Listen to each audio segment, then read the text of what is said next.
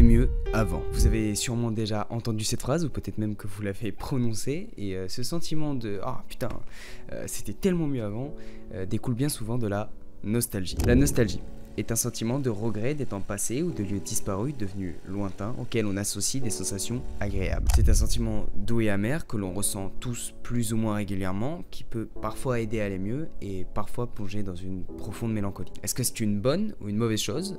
Pourquoi nous avons de la nostalgie? Eh bien c'est ce qu'on va tenter de répondre aujourd'hui. Bref, salut à tous, ici Kibo et aujourd'hui, la nostalgie, parlons-en.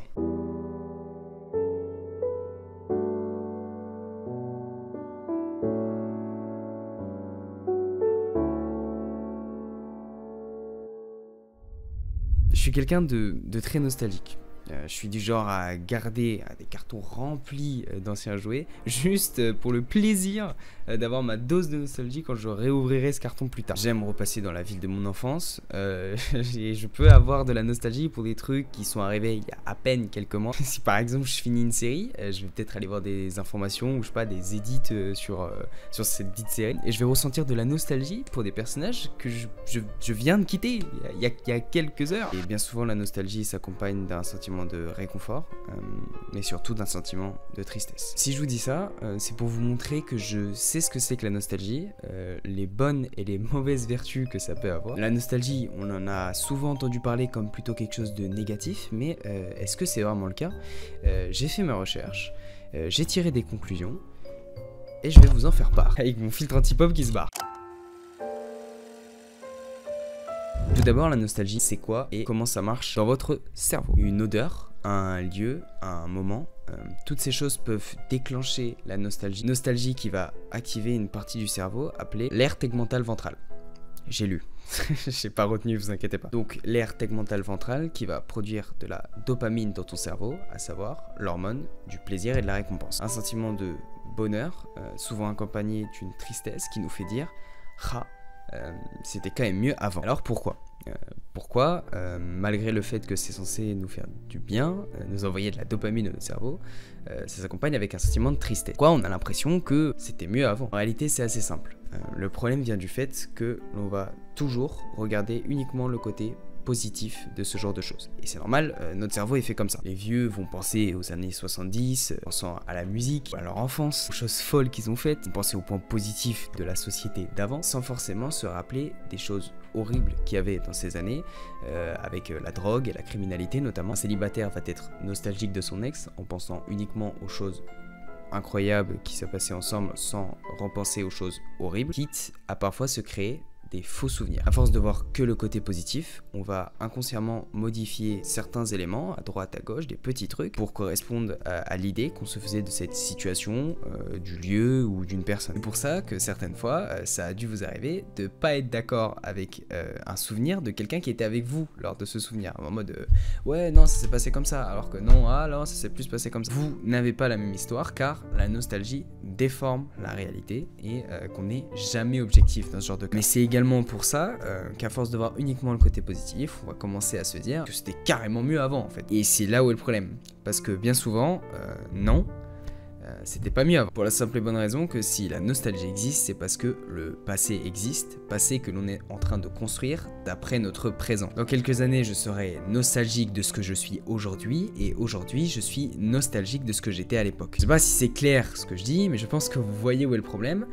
On ne peut pas vivre dans le passé. Dans l'absolu, c'est pas grave d'être nostalgique, mais certaines personnes comme moi le sont beaucoup trop. C'est là qu'est le danger. Le principal problème, et le plus évident, c'est que ça fait pas du bien. Certes, ça peut paraître agréable au premier abord, hein, comme on l'a vu, le cerveau sécrète de la dopamine, donc forcément. Et bien souvent, vous serez plus mélancolique qu'heureux de devoir retourner à la réalité des choses. Et ça donne l'impression à votre cerveau que pour être heureux, il faut retourner à ces événements passés, sauf que bien souvent, c'est impossible. Ce qui va amener à une vraie tristesse de vivre dans un présent où le passé n'est plus. On peut limite comparer ça à de la drogue. Lorsqu'on est nostalgique, on ressent un sentiment de bien-être qui nous transporte dans un monde récompensé par les souvenirs et les désirs, et très vite rattrapé par la réalité, la rechute peut être plus ou moins violente. Et forcément, qu'est-ce qu'on fait quand on a une rechute? Eh ben, on en veut plus pour retrouver l'état dans lequel on était, et ça va en venir à presque idolâtrer notre passé, et on le sait tous, lorsqu'on idolâtre quelque chose, on est rarement objectif. Certains arrivent à passer outre, d'autres diront que les années de leur jeunesse étaient mieux, mais sans forcément y prêter attention, et d'autres se laissent complètement plonger dans une fausse réalité qui se sont créées au fil des années et qui les empêche d'avancer. Alors, avec ce que je viens de vous dire, on pourrait croire que la nostalgie est uniquement négative pour nous et qu'on devrait complètement arrêter d'être nostalgique, mais c'est pas exactement le cas. Déjà parce que c'est impossible d'arrêter complètement d'être nostalgique, mais aussi parce qu'il y a certains points qui font que la nostalgie peut être très bénéfique.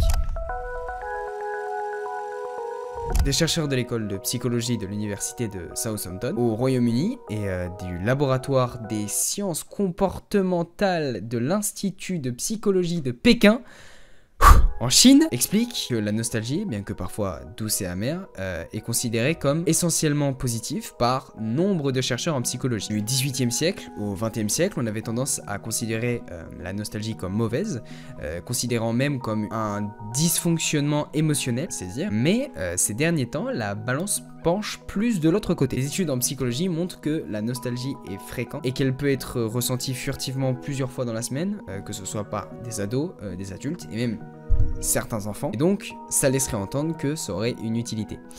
Et en effet, ça en a une. Elle peut renforcer l'estime de soi, augmenter le sentiment d'avoir un sens à sa vie, favoriser les liens sociaux et atténuer les sentiments négatifs tels que l'ennui, la solitude et les angoisses. La nostalgie serait donc une émotion positive pour renforcer le sentiment d'auto-continuité favorable au bien-être psychologique. On est le fruit de quelque chose. Retourner en arrière aide à le voir et à se comprendre soi-même. Mais ce n'est pas tout, c'est pas le seul pouvoir de la nostalgie, elle peut également faire office d'antidouleur.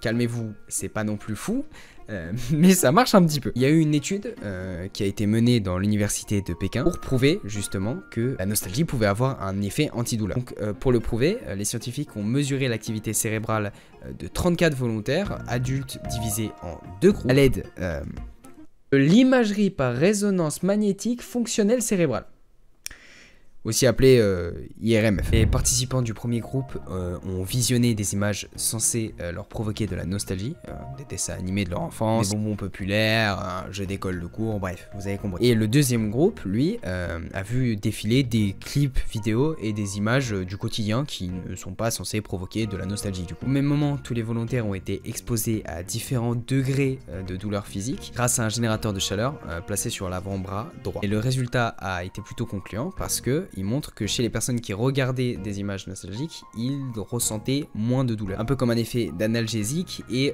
ça marchait particulièrement quand les douleurs étaient pas très intenses. Donc c'est pas non plus fou furieux, mais ça marche.